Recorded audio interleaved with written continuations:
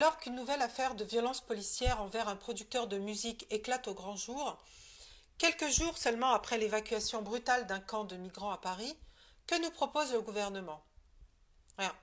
Silence radio.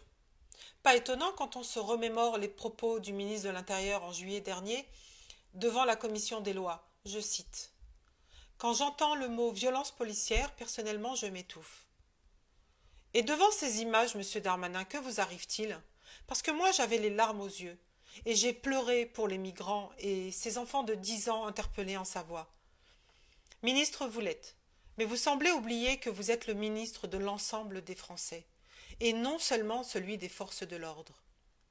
En lieu et place des petites phrases polémiques qui divisent les Français, alimentent la haine et les discriminations, attachez-vous plutôt à faire respecter la mission première des forces de l'ordre, garder la paix. Cessez, monsieur Darmanin, d'opposer par votre vocable les citoyens aux forces de l'ordre. Cessez les petites phrases et les condamnations verbales. Cela fait plus de 30 ans que ça ne mène à rien de bon, si ce n'est à gagner des élections en allant chercher les voix les plus abjectes.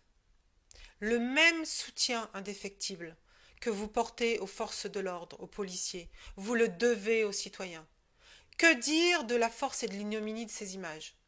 Un tabassage en règle de ce producteur de musique, une violence disproportionnée, usant d'armes inappropriées, et pas parce qu'il produisait de la musique, mais parce qu'il est noir.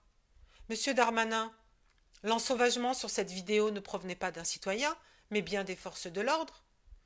Merci aux images d'exister et de lui permettre d'être une victime et non un coupable aujourd'hui. Le mensonge sous assermentation est une faute impardonnable. Nous attendons de nos forces de l'ordre une exemplarité sans faille.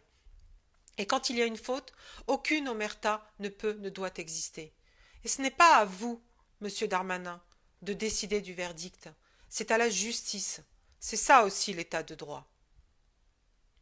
Quand vous admettrez qu'une partie des forces de l'ordre, si infime soit-elle, utilise des méthodes illégales et qu'elle est l'auteur de violences policières, je crois que nous aurons fait un grand pas pour commencer à résoudre ce fléau.